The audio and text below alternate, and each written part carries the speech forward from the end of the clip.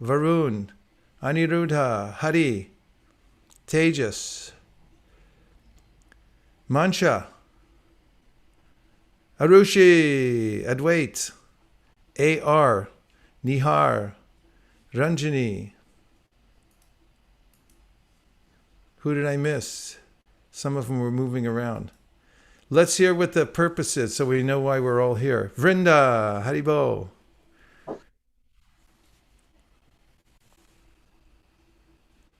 Mars, Yeah? can I be made co-host?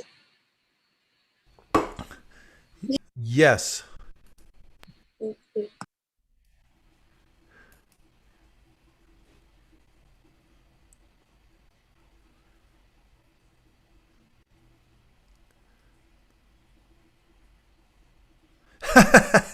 Anime said that's long.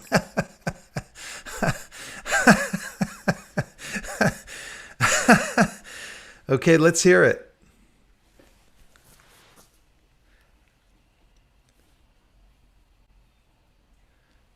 Balaram, can you read it out loud, please? Yes, Marge. UCHAM, UCHAM offers a spiritually healthy environment that gives devotee youth of all ages an outlet to enrich their spiritual advancement and connect with like-minded individuals. UCHAM covers many facets of Krishna consciousness in a structured and innovative manner: kirtan, shloka recitation, shastric studies, and engaging discussions. We wish to overcome the social intimidation and vulnerability that the youth may initially experience. UJAM aims to serve enthusiastic devotee youth in communities of all ages. UJAM strives to become a unified program where devotees can acquire the association, Shastra recitation, and seva opportunities while being in a family-like environment. Only with a coordinated team effort and synergy, effective branding and outreach, and consistent, wholehearted participation will UCHAM be successful. Phew, that's nice. Thank you very much. Can we come back to the gallery? Hare Krishna. So, how is Youth Jam? Just for a few minutes, I'm interested to hear how has it been for those of you who joined in the last year or so. What's your impression, or in the last few months even? What's it been like for you, Samriddhi?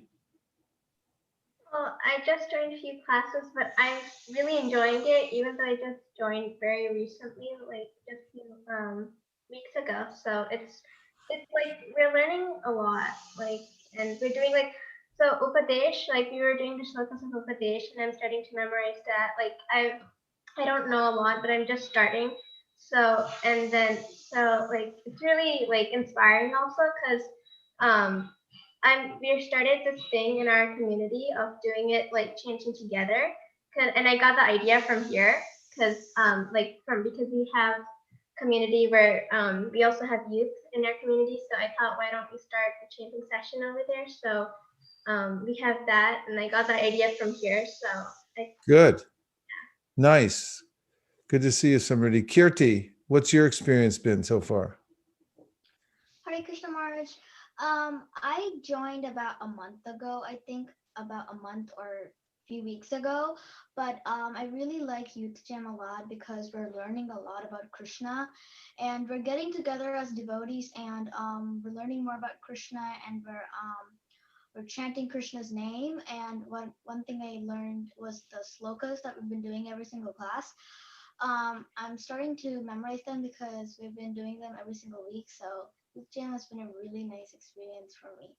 Thank you. Wow. So the shlokas are starting to go in, right? And sticking in there. That's nice. Somebody's shaking her head yes too.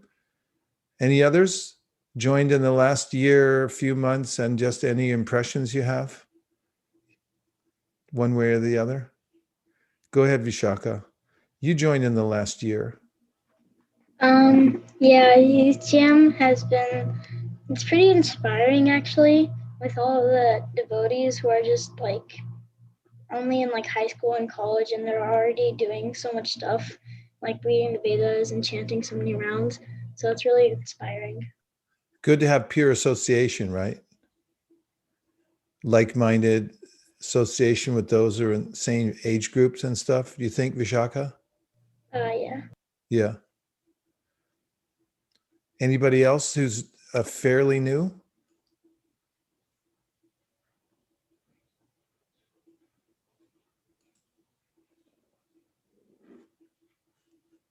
How about for those who have been around Youth Jam for a long time, since before it was even called Youth Jam? Hare Krishna, who's that?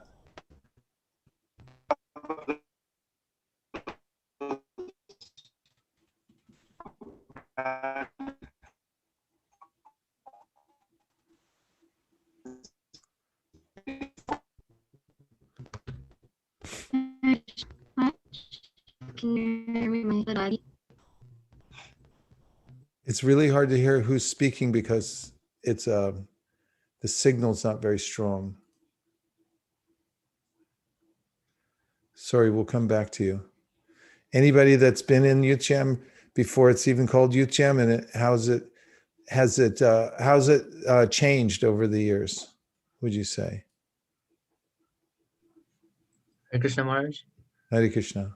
I remember kind of around the first time we had UGM.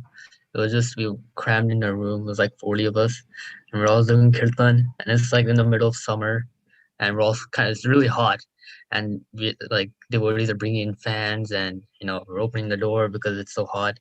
And there's people are dancing outside because there's not enough space. And we've been doing that for a while until the pandemic, started. And now once we came to Zoom, we've been able to expand a lot more. I've seen so many new people, and it's been really nice. So in general, I just feel like UGM is catering to a lot more people and bringing sort of the culture of Shastra and Kirtan to more and more kids. Yeah. Anushree, what are your earliest memories of us getting together for kirtans and stuff? Like when I first came to Youth Jam? Yeah, it wasn't even called that at the time, right? We think we called it Kids Kirtan. Yeah, we used I to don't call think we were even doing shlokas in the beginning, right? We definitely started doing a lot more shlokas and kept adding on, which is good. Yeah, I think that's one big thing.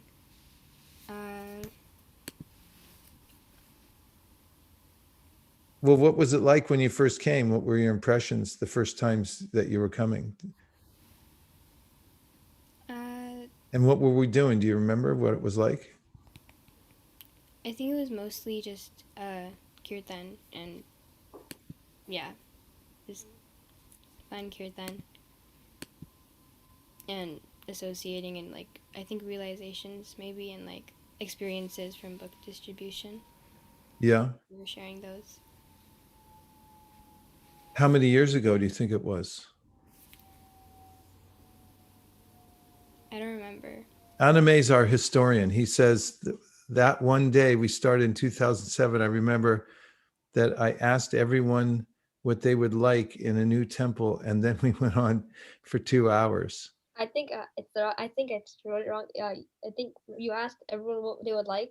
It was supposed to be like a 15-minute thing, and then there's like the huge chalkboard thing in the ballroom room, Yeah. and then everyone wrote their thing as like 100 things and stuff. I think you still have those notes, right? They're all digitized somewhere. I think someone. Because I remember you all met afterwards to talk about it. Mhm. And also Shweka says we used to write down new words and definitions on the chalkboard. Yeah. Nice. So it kind of evolved from those days. I remember we'd pass the kirtan around. Everyone would sing a little bit. Like, we'd start it off and then somebody else would lead. And then we'd pass around the mic around the whole room. Right? Nice. Okay. Well, good, everybody. Is there anybody going to do a presentation today? Is somebody lined up? Not today. Okay. So today we have an opportunity then to do some kirtan and do some shlokas. And so we've been regularly doing the 15th chapter for Purushottam. So why don't we do that first and get started with some shlokas.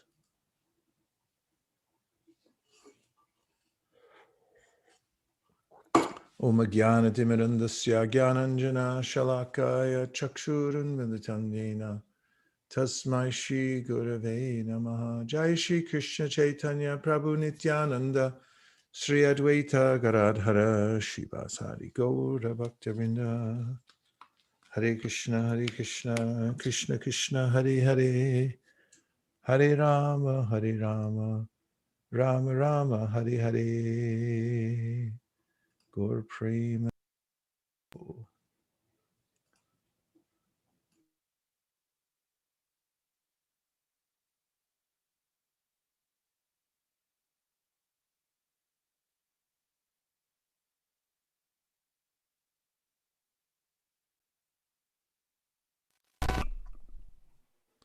I can't hear anybody. Anybody speak? We're here, Rushi. We can hear you. Okay. Avantika, are you there? Yes. Yes, I am.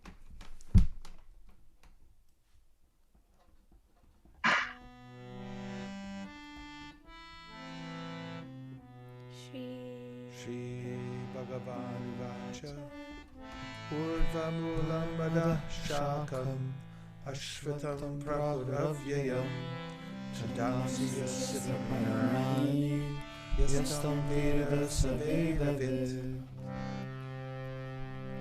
Adashchordvam Prashvitastasya Shaka Guna Pravida Vishaya Prabhava Adashchamulana Santatani Karmanubandini Manushaloke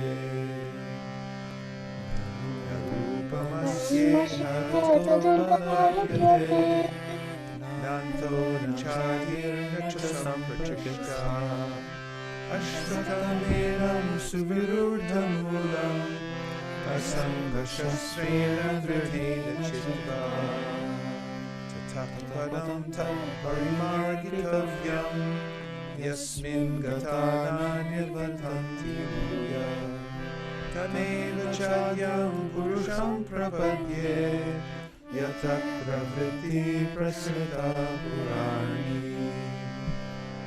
Nirvana moha chitta sangadosha Adhyatma nitya nivritta kama Vanvedvamukta sukha sanje Gacchantya muda padamavyayamta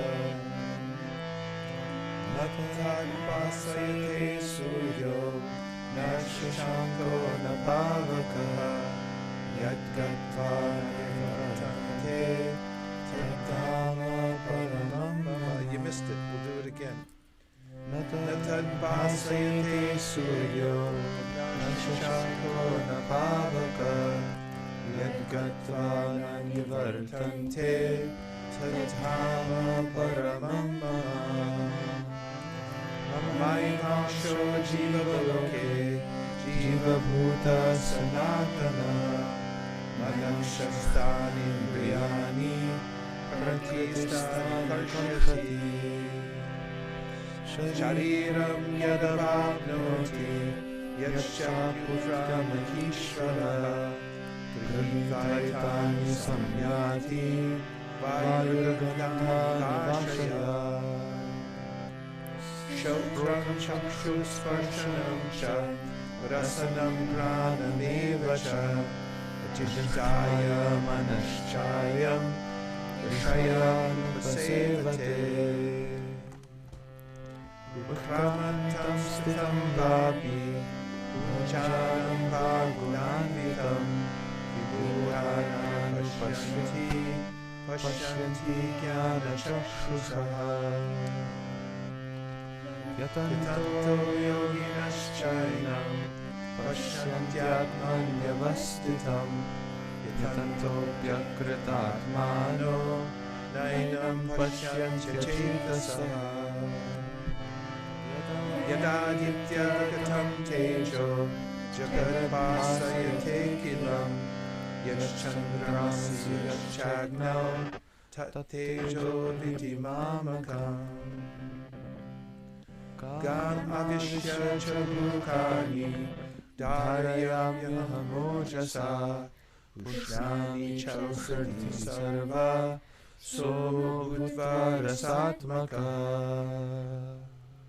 Aham vaishvanaro bhutva Praninam deham ashrita Pranapana samayukta Pachamyanam chaturvidham Sarvasya chaham vriddhi sannivishto Mattat smritir jnanam apohanam cha Vedaisha sarver ahameva vedyo Vedanta krit veda vedeva chaham Dvavima purusho loke Sharas chakshara eva cha Sharas sarvani bhutani Kutasto shara uchyate Uttaman purushastvanya Paramamithyudarata Yogatrayamavishya Vipartavya Ishvara Yasnat sharam atitoham Aksharadapi chottama Atosi loke vecha Pratita Purushottama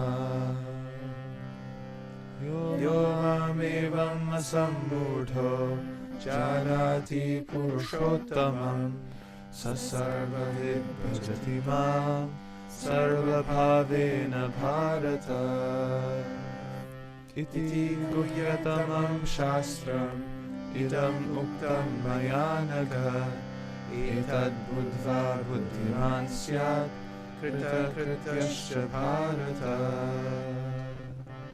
Om Tat Sat iti Srimad Bhagavad Gita Upanishatsu Brahma Vidyayam Yoga Shastre Shri Krishna Arjuna Samvade Purushottam Yoga Nama Panchadashodhyaya Hari Om. Let's do the translations.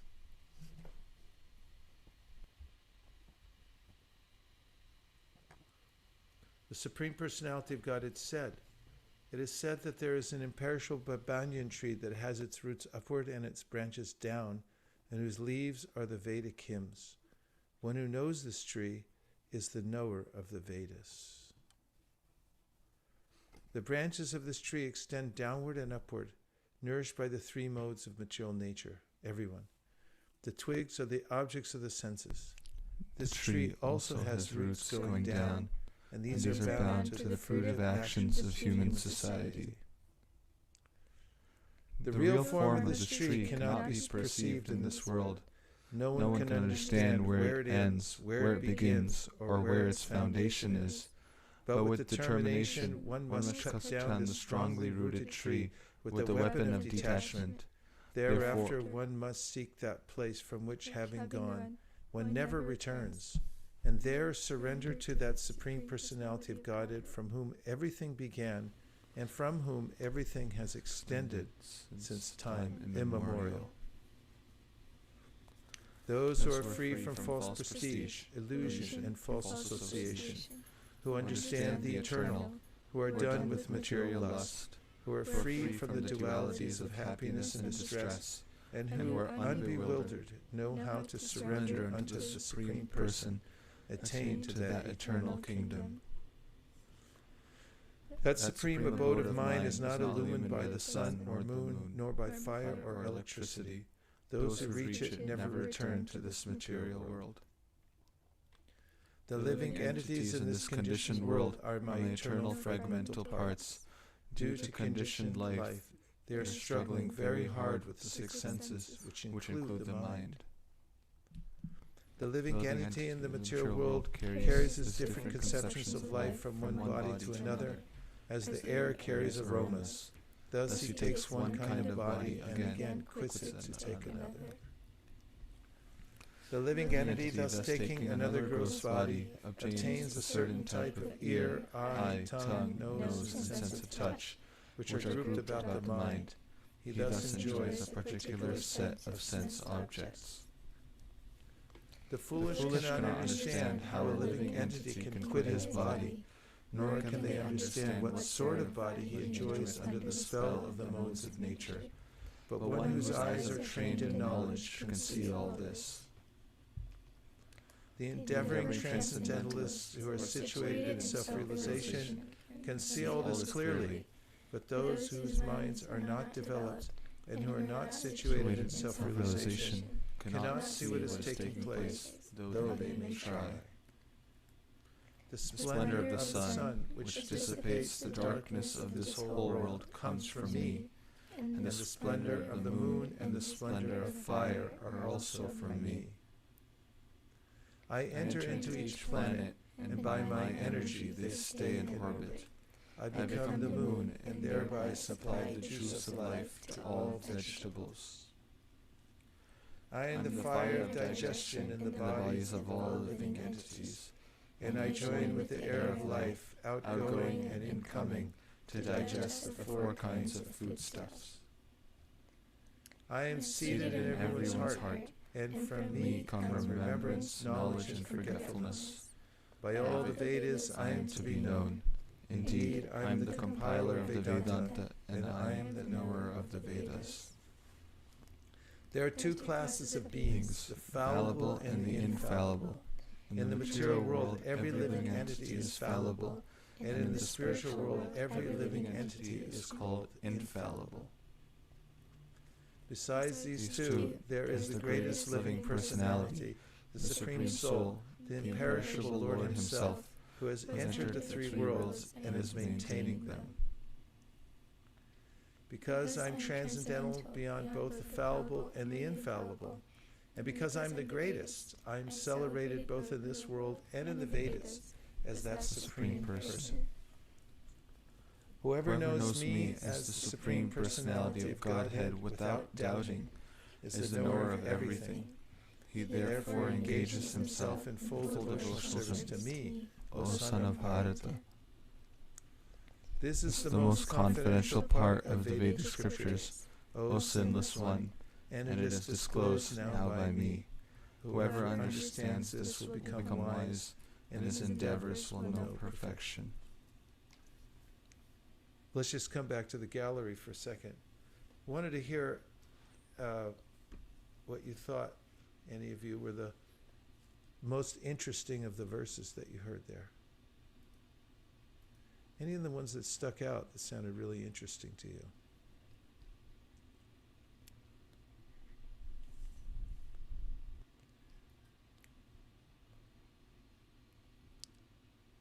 Hare Krishna. Hare Krishna. Maharaj, I really like the 15th verse where Krishna mentions remembrance and forgetfulness comes from him.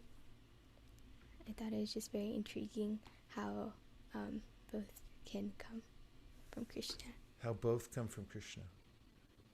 Let's look at that verse.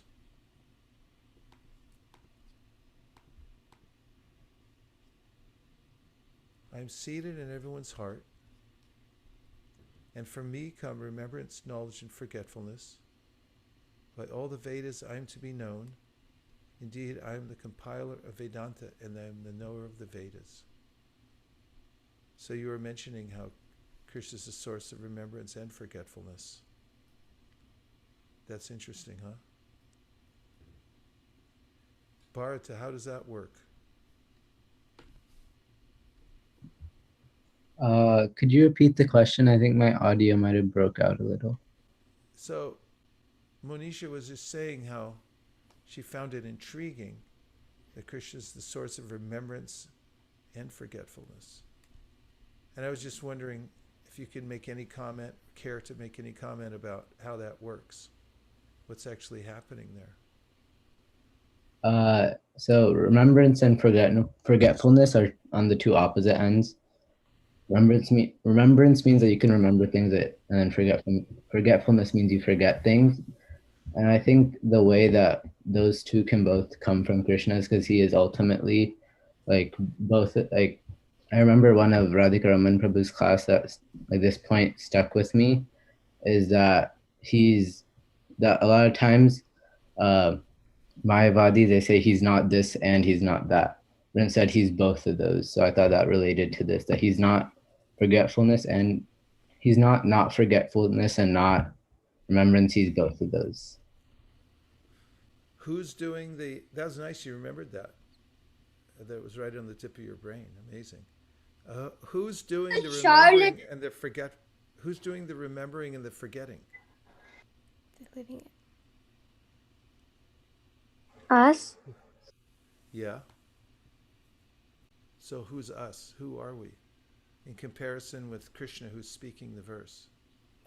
Living entities. Yeah, that's the Shakti.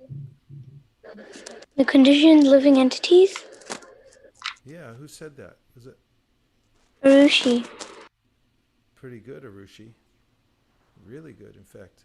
Conditioned living entity, and who was it who said Tatasta?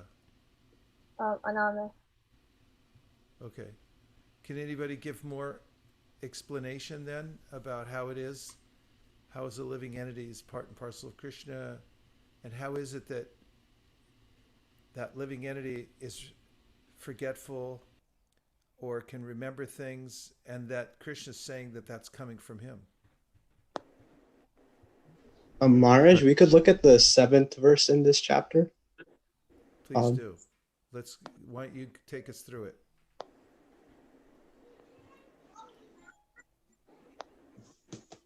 What is it? Mame vamsho jiva loke jiva bhuta sanatana. Mana shashtani indriyani prakritisthani karshati. So first he first says that all the living entities are his part and parcels, and then so after that he describes how due to being in contact with this material world, he is so the living entity forgets everything that he is in relation to the Lord.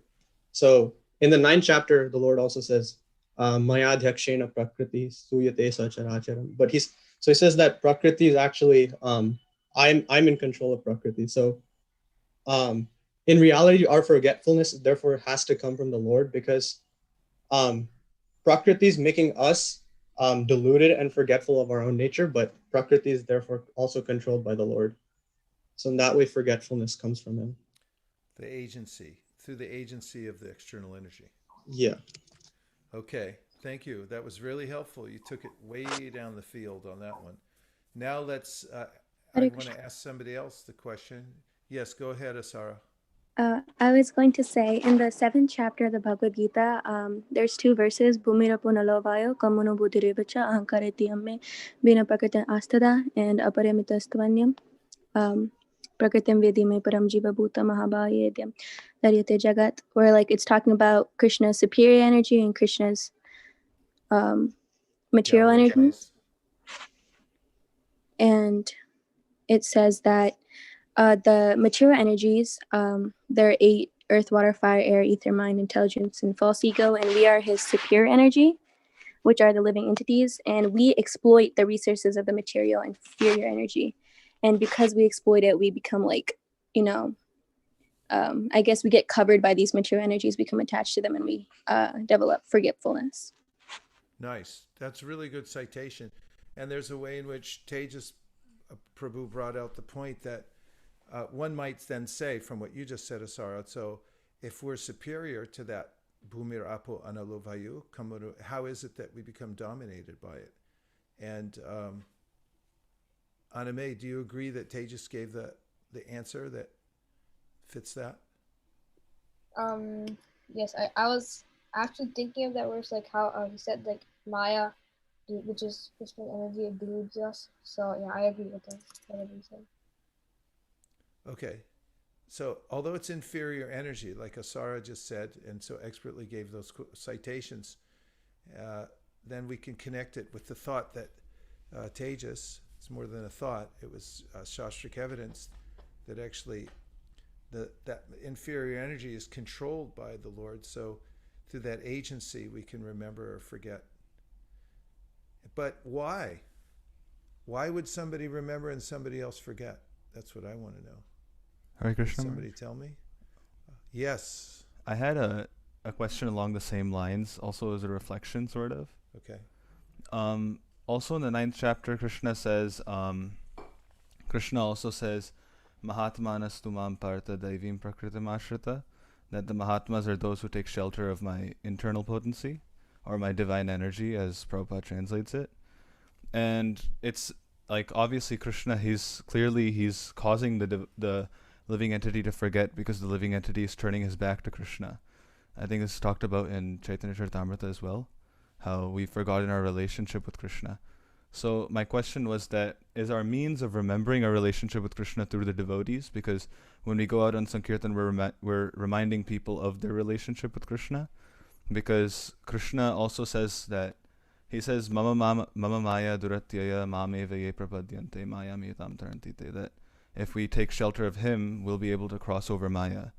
So I was thinking about how our forgetfulness is caused by our free will of wanting to enjoy on our own, but that can be, our relationship is reminded by the devotees who are aware of that relationship and try to share it, and through the devotees we take shelter of Krishna. That it was a long train of thought, but I was wondering about if Krishna is causing my forgetfulness, how is it that I come back to remembering my relationship with him again? Well, as you said in the beginning, we're causing our own forgetfulness by turning our back. We're not dead stones, we have volition. So when we exercise our independence to be independent from Krishna, then the natural result is darkness. Bhayam dvitiya abhinibheshita syad. As soon as we turn away from Krishna and try to see something separate from him so that we can control it, then darkness and fear arises. And as the one who intervenes, that's described by Lord Chaitanya, where he said, Maya Mugda Jivaranahi Sota Krishna Gyan, Jivara Krishna Koila Krishna Veda Puran. That there's a way, Kripaya Koila, Krishna Veda Puran, there's a way in which the living entity doesn't automatically come out of ignorance. It's not swata or automatic. But then somebody has to give mercy to intervene. So here he describes how Vedavyas created the Srimad Bhagavatam, Anartha Upasanam Sakshad Bhakti Yogam Anhoksaje Lokasya Ajanado Vidvams Chakre Satvata Samhitam. He made it specifically so that the living entities who had become enamored by Maya could come out of it, because they don't even know they're in it. So yes, a devotee has to come, and then also that knowledge comes down from Srila Vyasadeva. And Lord Chaitanya said it's like a poor man who's suffering because he's estranged from his family, and he doesn't even know why he's poor. But then he meets a great astrologer, and the astrologer says, after doing his chart, you're not poor, you're rich. You have a treasure. Your father left it for you, and I even know where you can dig for it. So Mahaprabhu said that's like the living entity has become poor. He thinks he's poor. But when he finds out from the Vedic literature that actually, no, you're not poor, you're connected to Krishna, he's the richest, then he can immediately change his position in life by getting that intervention from transcendental knowledge, which generally comes through the devotees. Thank you, Maharaj. Hare Krishna. Did anybody else notice a verse that they liked out of the 15th chapter? Maharaj. So Yeah. one verse that was kind of interesting was the 13th one, where it says that Krishna is, I think, the source or like of the vegetable or something. See, let me just, okay. Yeah. Yeah, it says, I become the moon and thereby supply the juice of life to all vegetables. It's just kind of, Yeah.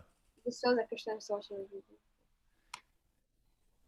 Yeah, we can see how the sun is enlivening all living entities and nourishing all food, all energy. It originally comes from the sun. It's just transformed. But here he's talking about how the moonlight actually is instrumental in giving juice the juice of life to the vegetables. So in all situations, Krishna's providing the rasa of life in one way or another.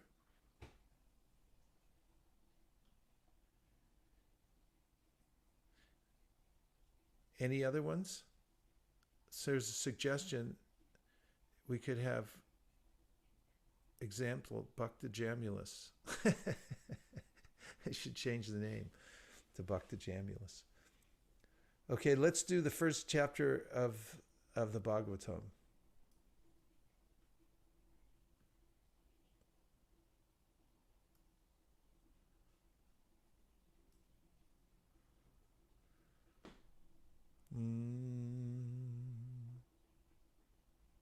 Om.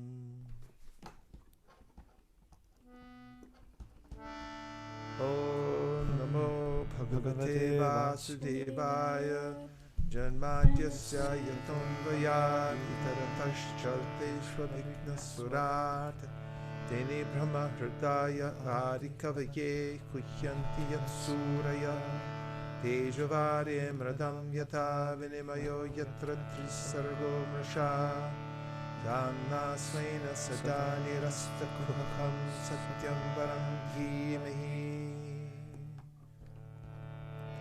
Dharma Projitakaita Votra Paramo Nirmatsaranam Satam Dejam Bastavam Atra Vastu Shivadam Tapatrayam Mananam Srimad Bhagavate Mahamuni Kimba Prayerishvara Sadyo Hridya Varudyate Trakritibi Sushushibis Takshana Nigama Kalpataro Galitam Balam Shukamukaram Ratatra Vasamyutam Pibatta Bhagavatam Rasamalayam Bahuraho Rasika Bhuri Bhavuka Naimishe Nimishakshetre Rashaya Shankadaya Satram Swargaya Lokaya Sahasra Samamasata Ta ekadatu munaya Praturhuta Hutagnaya Sankritam Sutamasinam Paprachur Idam Adara Prashaya Utru Tvaya Kalu Puranani Saitihasani Chanaka Akyathan Api Aditani Dharma Shastrani Yanyuta Yani Veda Vidam Shreshto Bhagavan Badarayana Anye Cha Munayan Sutta Paravara Vido Vidu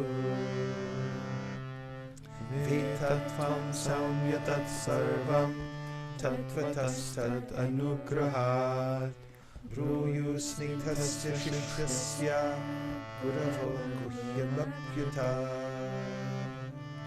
Tatra Tatrancha Sayushman Bhavatan Yadvanishchitam Punsami Kantata Shreyas Tannas Hamshitum Arhasi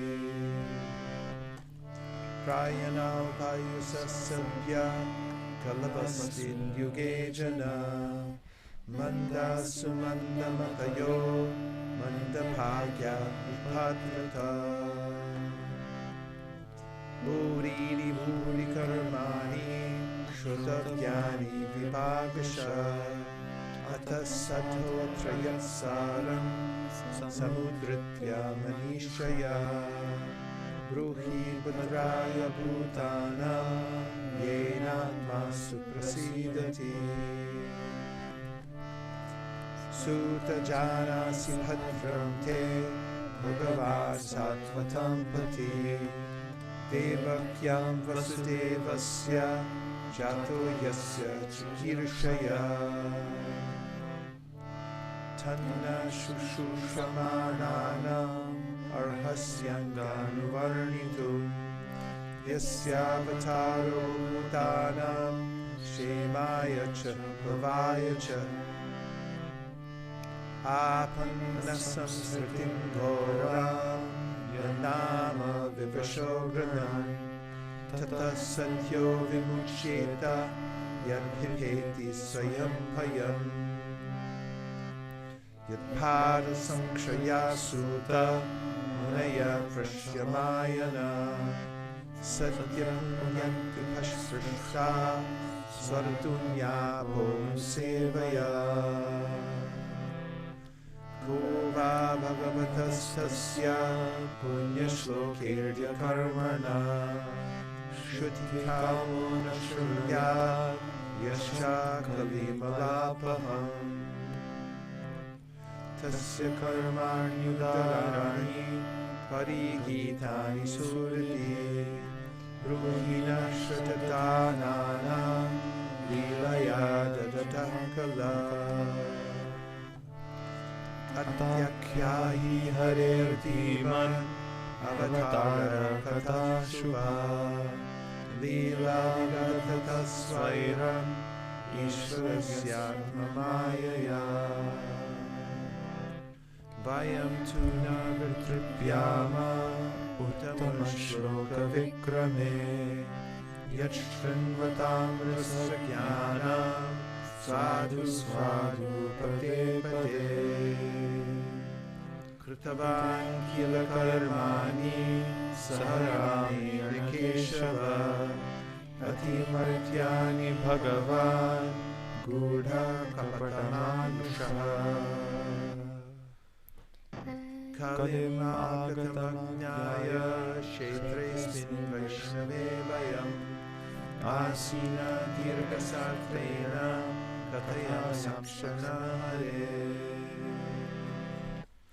Tvamna Sandarshito Tatra Tustaram Shtirshatam Kalim Sattva Haram Pumsam Karanadara Varnavam Bruhi Yogeshware Krishne Brahmanye Dharma Varmani Samkashtam Adhuru Pete Dharmakam Sharanam Gataha Om Tat Sariti Srimad Bhagavate Mahapurane Paramahamsyam Samhitayam Pratamaskante Nanishyo Bhakyane Pratamodhyayaha Hari Om.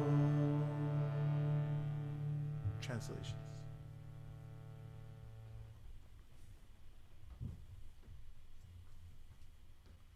O my Lord, Sri Krishna, son of Vasudeva, O all-pervading personality of Godhead, I offer my respectful obeisances unto you. I meditate upon Lord Sri Krishna because he is the absolute truth and the primeval cause of all causes of the creation, sustenance, and destruction of the manifested universes. He is directly and indirectly conscious of all manifestations, and he is independent because there is no other cause beyond him. It is he only who first imparted the Vedic knowledge unto the heart of Brahmaji, the original living being. By him even the great sages and demigods are placed into illusion, as one is bewildered by the illusory representations of water seen in fire or land seen on water.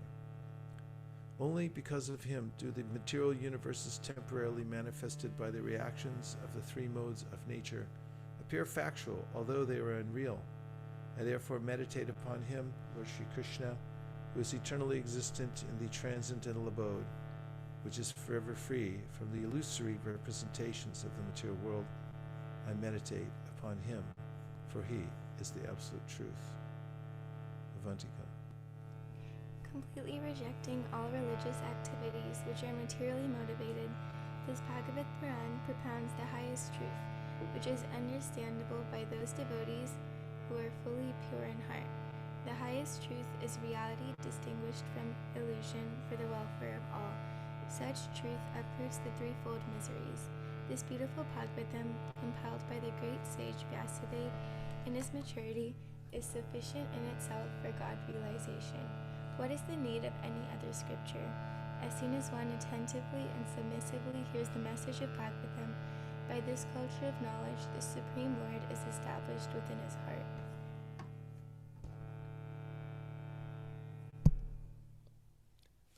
Next, Should I continue? Monisha, just do the rotation. O expert and thoughtful men,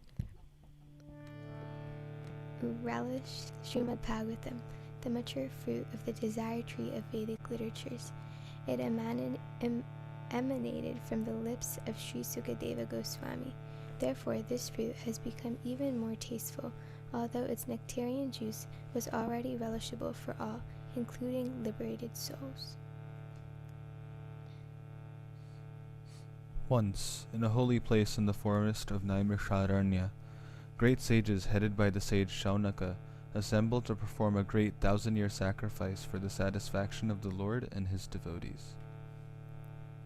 One day, after finishing their morning duties by burning a sacrificial fire and offering a seat of esteem to Srila Sutta Goswami, the great sages made inquiries with great respect about the following matters. The sages said, respected Sutta Goswami, you are completely free from all vice. You are well versed in all the scriptures famous for religious life, and in the Puranas and the histories as well. For you have gone through them under proper guidance and have also explained them. Being the eldest learned Vedantas, O Sutta Goswami, you are acquainted with the knowledge of Vyasadeva, who is the incarnation of Godhead, and you also know other sages who are fully versed in all kinds of physical and metaphysical knowledge.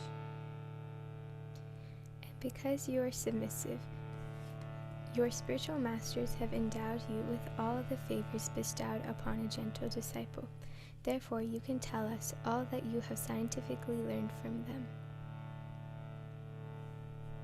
Please, therefore, being blessed with many years, explain to us in an easily understandable way what you have ascertained to be the absolute and ultimate good for the people in general. O learned one, in this iron age of Kali, men almost always have but short lives. They are quarrelsome, lazy, misguided, unlucky, and above all, always disturbed. There are many varieties of scriptures, and in all of them, there are many prescribed duties, which can be learned only after many years of study in their various divisions. Therefore, O sage, please select the essence of all these scriptures and explain it for the good of all living beings, that by such instruction their hearts may be fully satisfied. All blessings upon you, O Sutta Goswami. You know for what purpose the personality of Godhead appeared in the womb of Devaki as the son of Vasudeva.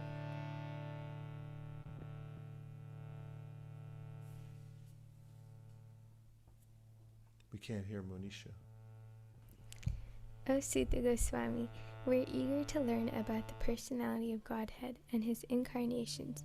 Please explain to us those teachings imparted by previous masters, acharyas, for one is uplifted both by speaking them and by hearing them. Living beings who are entangled in the complicated meshes of birth and death can be freed immediately by even unconsciously chanting the holy name of Krishna, which is feared by fear personified.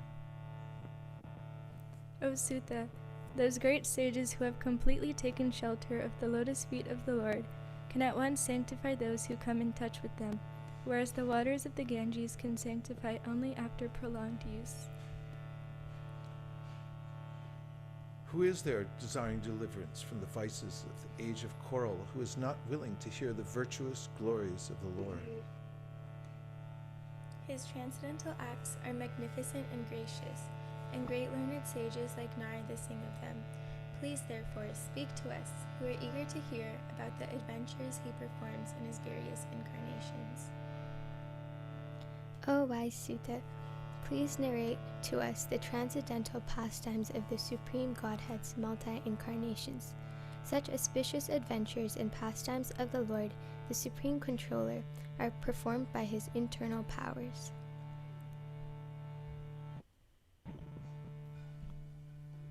We never tire of hearing the transcendental pastimes of the personality of Godhead, who is glorified by hymns and prayers. Those who have developed a taste for transcendental relationships with him relish hearing of his pastimes at every moment. Lord Shri Krishna, the personality of Godhead, along with Balaram, played like a human being, and so masked, he performed many superhuman acts.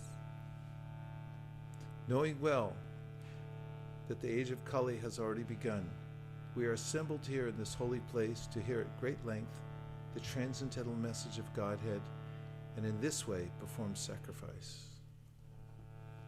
We think that we have met your goodness by the will of Providence, just so that we may accept you as captain of the ship for those who desire to cross the difficult ocean of Kali, which deteriorates all the good qualities of a human being.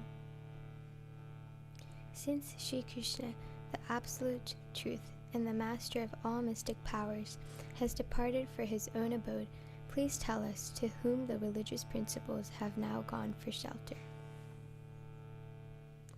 Gaur Premanande Hari Hari Bo. What verse struck your fancy? Which one did you hear? Anybody that really intrigued you? Where's Gita Priya?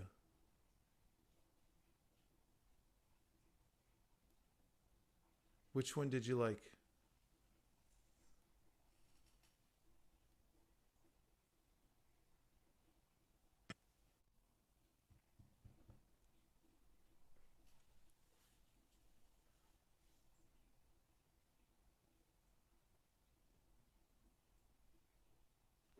She can't unmute herself. She's trapped. Okay.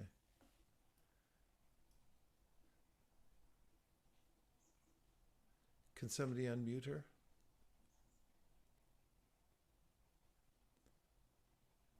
Hare Krishna, Hare Krishna. Marge, she said her mic doesn't work, but she'll join again and Okay. try. All right. Who heard one that stuck in their mind? Nitai?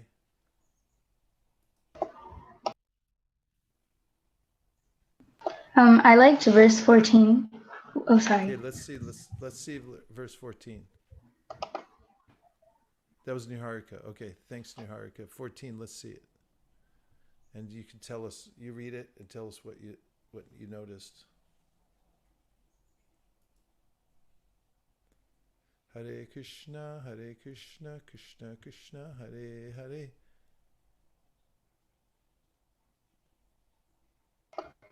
Okay. Living beings who are entangled in the complicated meshes of birth and death can be freed immediately by even unconsciously chanting the holy name of Krishna, which is feared by fear personified. Okay. And Nitai has weighed in. He said he had the same one as Niharika. So that was good. So let's have Niharika read the purport.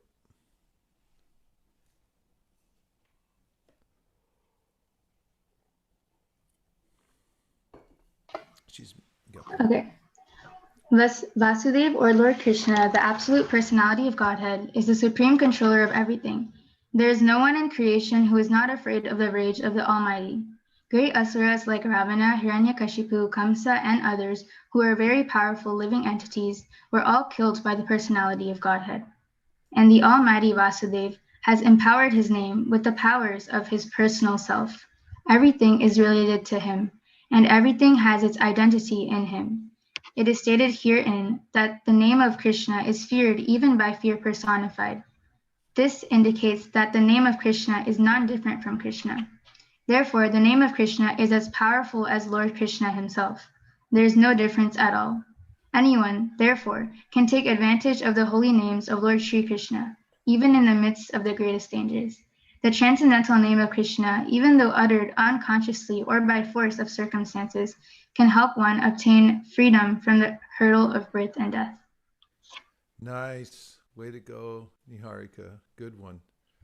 Arjuna said, this verse reminds me of the story of Ajamil. Can you say more about it, Arjuna?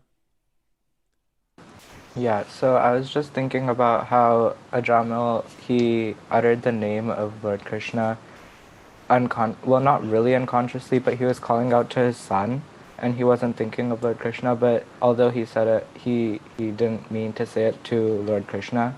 He said it with love, and he was saved from hell, which I think is really cool because all we need to have is that love, even if it's not directly for Krishna.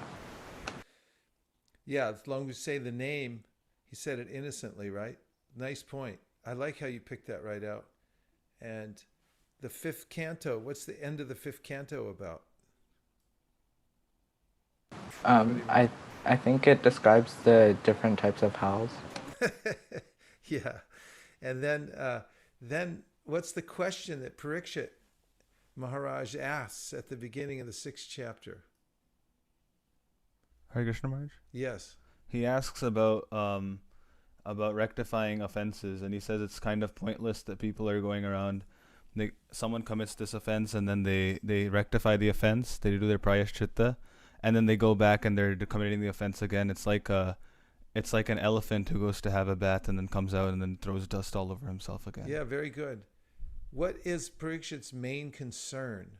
Why does he even bring it up in the first place? What's in his mind or heart when he's asking this question?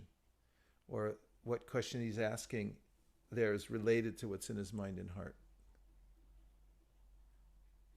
Hint is he just heard about how people suffer so much in the hellish planets. Is it how to make proper advancement to make it's how to permanent relieve them from their suffering? Like, how are they going to get free from that? So what's the terminology about a Vaishnav that describes his or her temperament in regard to other people's suffering? Is it parad? Parad, when they see others. You got it. Keep Parad, going. it's one of the parad dukkha sukhi. No, wait. No, parad. Parad. Okay, wait. They get happy at seeing other. I don't know exactly. They're sad at other people's. They become miserable at other people's misery. Yeah. So you had it right. Say it. Paras dukkha dukhi. Paradukatuki. Everyone say Paradukatuki. Paradukatuki. And what is Parasukaduki? Basically means to be happy at seeing other person's sadness. Yeah. So Vaishnav's not like that. Vaishnav Paradukatuki. So Parikshit Maharaj was suffering to see other people suffering. So that's why he asked the question, how are they going to, what's the situation they get free from the hellish condition? And this canto is about Poshanam. It's about the protection of the Lord. So the first thing that Shukadeva Goswami tells Parikshit Maharaj is that the way everyone gets relieved from suffering and also protected by the Lord is from the blank blank. Yes, Arjuna. Is it the holy name? Yes, it's the holy name. Apana samsrutim gaurandhyam nama vivishogranam tata sadya vimucheta yad pipeti swayam payam. Even unconsciously chanting Hare Krishna, somebody says, but the name's so powerful, like fire, it burns up those reactions because somebody said it and got touched by the power of Krishna. So that's what you so aptly brought up about Ajamil. And that's the evidence that Shukadeva Goswami gives about how the Lord protects us.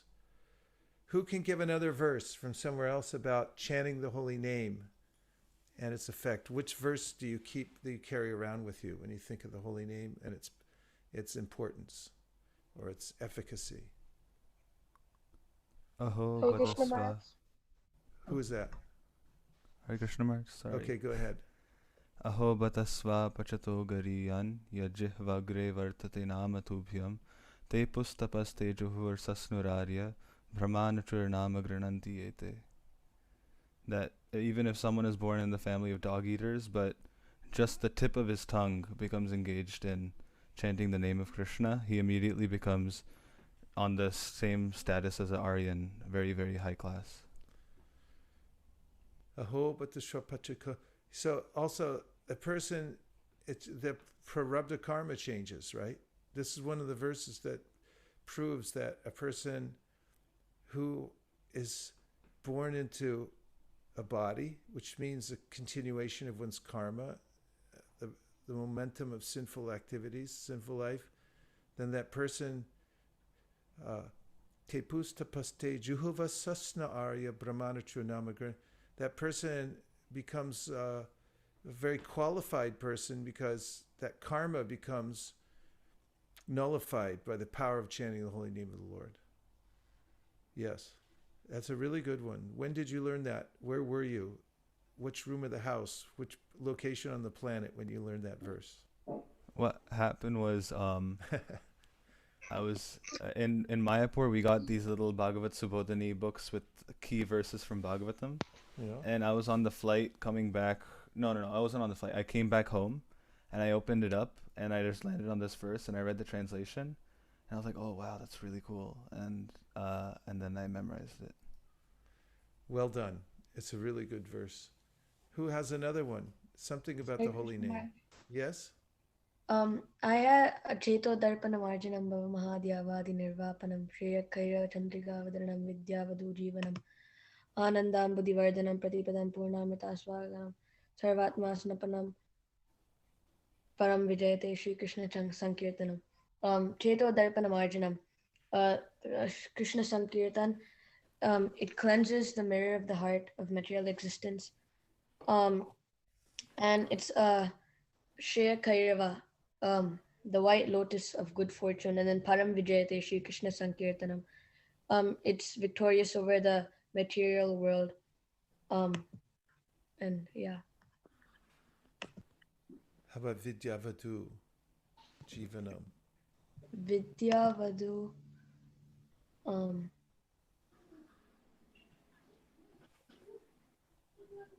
I don't know what it means exactly. Means you, as soon as you chant, it becomes a concomitant part of your life. It's like, who can say a verse from the second chapter of the Bhagavatam that if you perform devotional service, you automatically get knowledge? Who can say that verse? This is a good verse to always have on the tip of your tongue.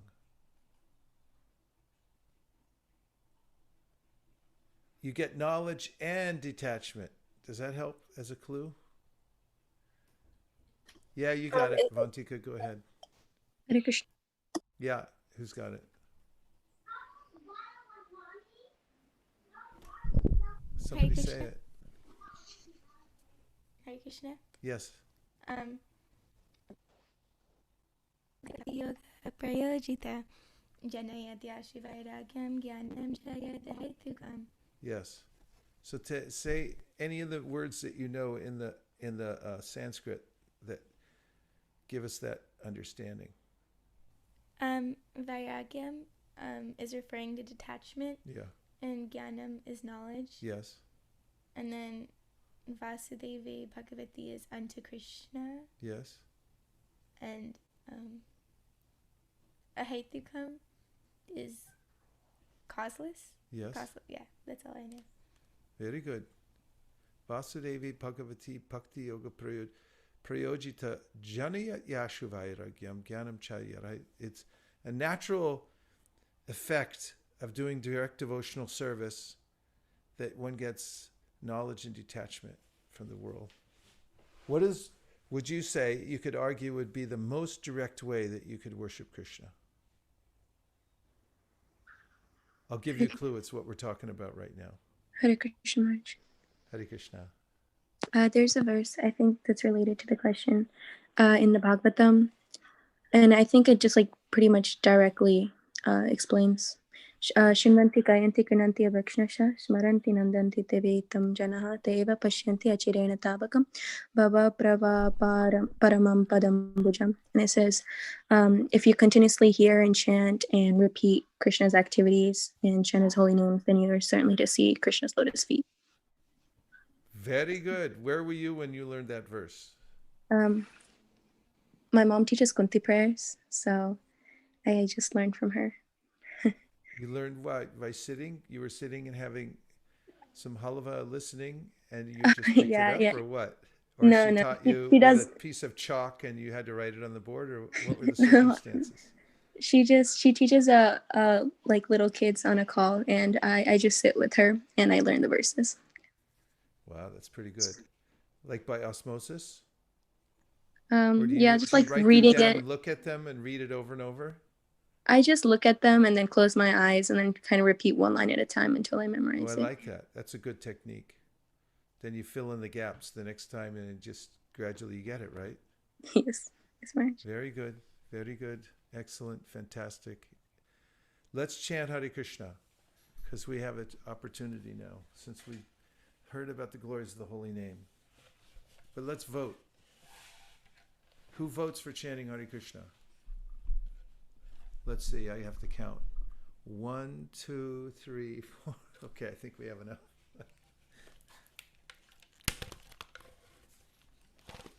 Marge, what's the second option? I'm sorry? What did you say? What's I didn't the hear. I sec- didn't what's- hear my... What's the second option? The second option is that we will go into silent meditation. Oh, I thought it would be like do kirtan instead. Well, that's what we're going to do. I thought we were gonna do something like Jaffa, like just chant the holy names, but like I was okay. expecting the other option to Kirtan. be. Let's do kirtan. You can have your choice. You can do kirtan, or we can set up 4 or 5 fires and sit in the middle of the fires and try to tolerate the heat. Which would you rather do? Kirtan.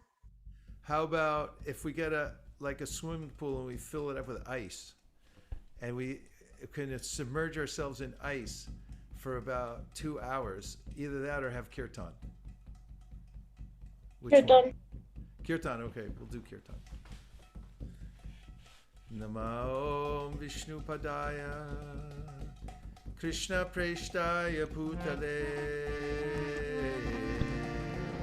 Sri Mate Bhakti Vedanta Swami Niti Namine Namaste Saraswate Deve Gauravani Pracharine Nirvishesha Shunyavadi Paschatya Deshatani Jaya Shri Krishna Chaitanya Prabhu Nityananda Sri Advaita Gadadhara Shivasa Hari Gaura Bhakta Vrinda. The Prabhupada tune.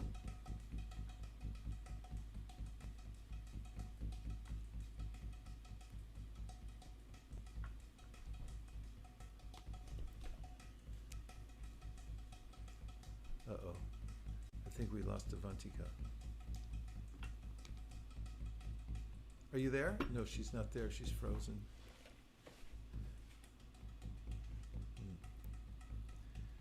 Give me a Hare Krishna Hare. Let me just get the note. Do you have a harmonium sitting in front of you? Yeah, Monisha? yes, Marge, I'll Okay. get it. All right.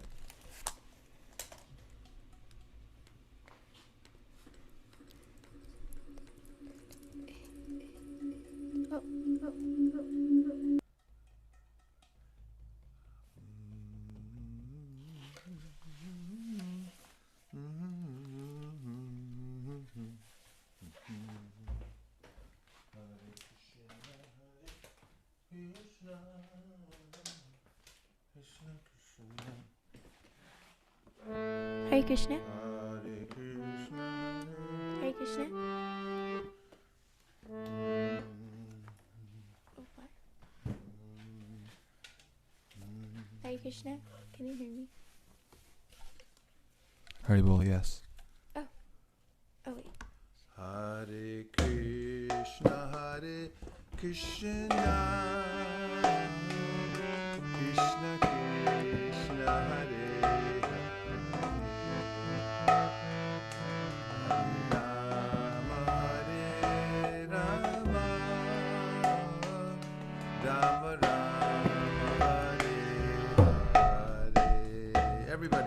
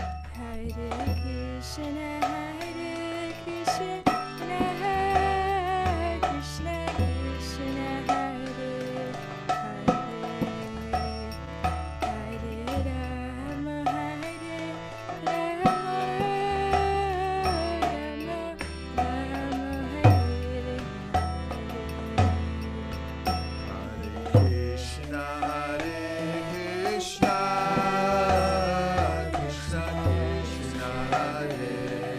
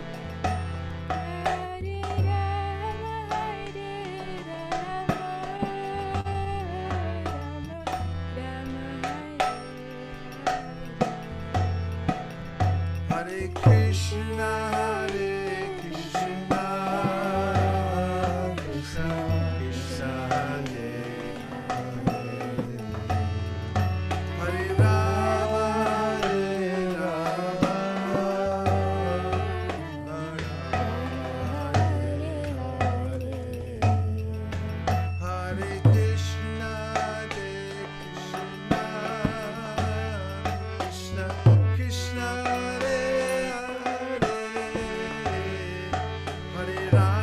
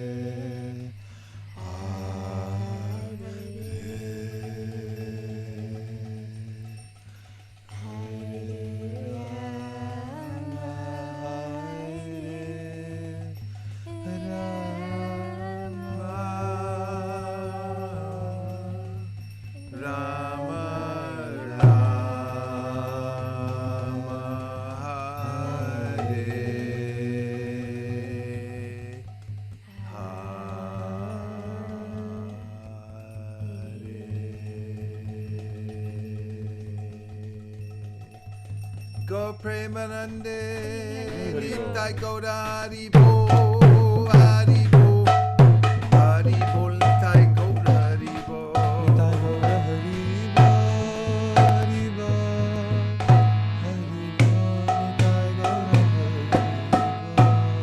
Nitai go Premanande, Hari Hari Haribo.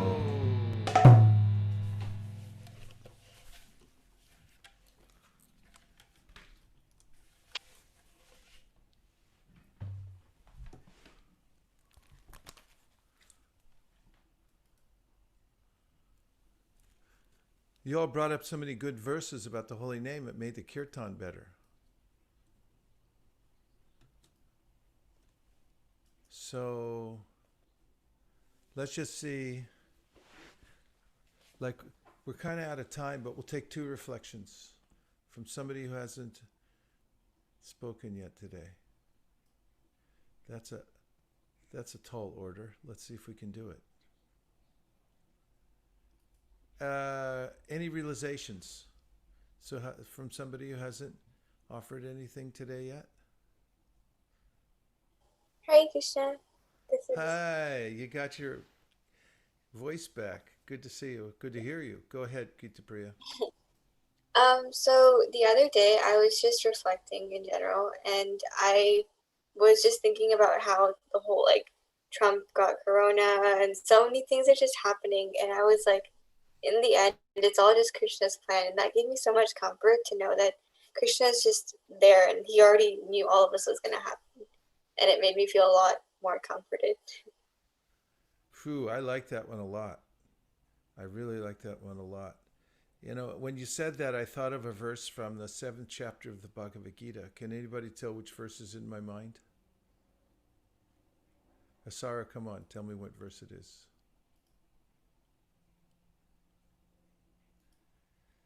That Krishna knows everything.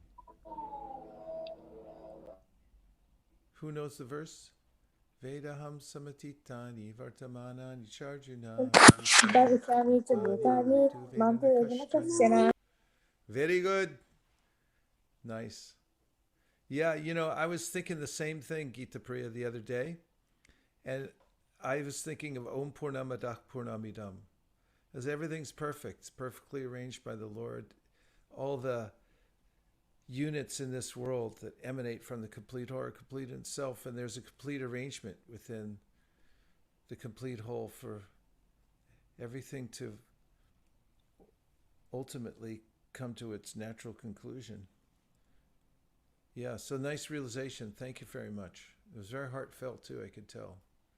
Let's see if there's one more, since we're out of time, but we can't go away without any realizations. Somebody who hasn't offered yet. Hare Krishna Maharaj. Hare Krishna. Hare Krishna. So, Who is that? Gopisha? yeah, it's Gopisha. I think there's Okay, someone Gopisha. else. Go ahead, and then we'll take the other person too. We get an Okay. extra one. So my realization, it's not really too much of a realization, but it's something that I've been doing. So it's like how you were talking about chanting and stuff. So there's this one verse that I use from Chaitanya Charitamrita. It's 13.80. Naham vipro nacha narpatir napimesha shudro naham varni nacha garpatir navanashta dirva kintu pradhe nikila paramananda purnamritabde gopi bhartiho padgamurdasa dasanudasaha. So I've been chanting that verse from a book written by Mahanidhi Swami. So I've been chanting that verse, and he said that's really good to do that before chanting. And I've been chanting that verse before chanting, and it's really made the quality of my chanting a lot better. So I just wanted to add that in there. So Thank you very much. Thank you. That's also a verse that you say before you do deity worship too. It's part of the meditation you do to remember that you're actually a servant and not your body. And it's also a verse that Lord Chaitanya said at Rath Yatra when he was dancing before Lord Jagannath. So that's a really good one, Gopisha. There was one other devotee trying to get in at that time. Who is that? It's Parth. Hey, Parth. So I was watching the presidential debate, and then Trump was making fun of Biden for wearing a mask, and no one really understood why. And then 2 days later, Trump's like, oh, I have coronavirus. And I was thinking, we have all the resources. Not like USA doesn't have that many masks anymore, but he just didn't use the resources he had. And I'm like, everyone has like the resources. There's temples all over the world, but just no one goes to them. Wow. I like that, the way you think, using that as an example. So the facility's there, but then whether I take advantage of it or not, that's a whole other question, isn't it? Yeah. Human life, we have so much opportunity, but then will I use it or not use it? That was brilliant. Nice one, Part. I like that a lot. Thanks a lot. Well, it went by. Yes. Who is that? Looks like Jamila is speaking to us. Marge, it's Asara. Sorry I Okay, wasn't sorry. able to answer the question before, but I watched one video and I wanted to really correlate this with Krishna because I thought it was so interesting. And it was talking about how this one girl was saying like one time she was saying that Jesus was on a boat with his disciples and on that boat there's like a storm that suddenly appears and everybody starts freaking out. They're so scared and they thought that since Jesus was with them there would be no storm. And so they were getting scared and Jesus was saying, why are you scared? It's just a storm. I'm here. And they said, but you're here. And we thought when you're here, there's not going to be any calamities or turbulences. And then Jesus says, I never ensured no calamities, but I did say whenever you're with me, you'll always be safe. And I was thinking in the sense that Krishna never ensured us no problems in our life. We'll always encounter problems. But once we're with Krishna at all times, we will always be safe. So when somebody surrenders onto Krishna, it's not saying, oh, I've surrendered onto Krishna, now no problems will appear in my life. It's that the problems will come, but you'll be able to get through them because you are surrendered to Krishna. Well done, Asara. And I think you're going to have to use that example again and again as you're preaching in different places around the world because it's one of the most frequently asked questions. Isn't it, Shweka? People ask that a lot? Yeah. Yeah, definitely. It's good. You've got a good repertoire. So one of the reasons we take time to spar and ask who knows this first, who knows that first, it's always more you can know, but putting them all together and having them ready to go, like many of you are developing that skill. They're right on the tip of your tongue and your brain. And also the ideas, the analogies, the realizations that you've had. So as you start to present Krishna consciousness publicly to others, then all these things will become natural to you because you're practicing them now. And then you can give a presentation of the Krishna conscious philosophy in a convincing way. Does it sound good, Anika? Anika, does that sound like a good plan? Yeah. Okay. Confirmed by Anika. Thank you very much. How's the weather in Chicago? It's getting cold. I like the weather. It's jacket weather now? Yeah, it is. Yeah. I used to live in Chicago, back in the old days. I remember walking to Mangalartik in Chicago sometimes. The Brahmacharya ashram was a couple blocks away. I walked to Mangalartik. By the time I got to Mangalartik, my shika was frozen. Because, I just got out of the shower and it was wet, and then it would freeze on the way to the temple room. Actually, I helped to move Kishori into that temple there that's there now, because Kishori used to live in Evanston. They were in a YMCA. It was an old building, YMCA. And then Shivaram Maharaj and I moved the deities together over to that new temple where it is now in Rogers Park. And we did installation ceremony, a big yagya there. Do you like it in Chicago? Yeah, I do. Yeah, it's one of the nicest communities. Really nice devotees there. Well, please say a prayer to Kishori for all of us, okay? Okay, I will. All right, good to see you. Thank you, everybody. It's really nice to have everybody on here today. Bhakta Prahlad, Arushi, Balaram, Monisha, Mr. Jamulus, Bhakta Jamulus, Advait Srinivasam, Aname, Ananya, Aneka, Anika, Aniruddha, Anshu, Anushri, Aprame, Arjun, Asara, Avantika, Balaram, Bharat, That was really nice what you did, Bart. You pulled out that, you remembered from Radhika Raman. That was amazing. These are shifting, though, as I'm reading them, so it's hard to do it. Dawika, Gora. Devika is here too. Gorahari, Kitapriya, Gopisha, Gopika.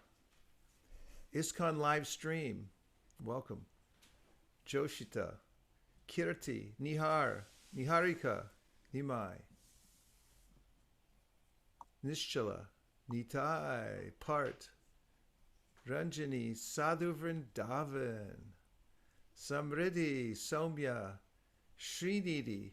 It's like I'm doing the Vishnu Sahasranam. Srivatsa, Shweka, Tanvi, Tulsi, Tulsi Patel, Vishaka, Yash from Sacramento, Aniruddha, and last but definitely not least, Vrinda. Hare Krishna. Gaur Premanande Hari Hari Bol. What to speak of Ramuna, who made a guest appearance. She's right there in the middle. Hari Bol Ramuna. Hare Krishna. Hare Krishna. Hari Hari Bol. Vanchakalpatarishya Kripasinnavevacha Patitanam Pavanibhyo Vaishnavebhyo Namo Namaha. Please keep the transcendental vibration going. And remember, where attention goes, energy flows. So always remember Krishna, okay? Hari Bol. Everybody please unmute and say Hare Krishna. Hare Krishna. Hare Krishna. Hare Krishna. Hari Bol. Hare Krishna. Hare Krishna. Hari Bol.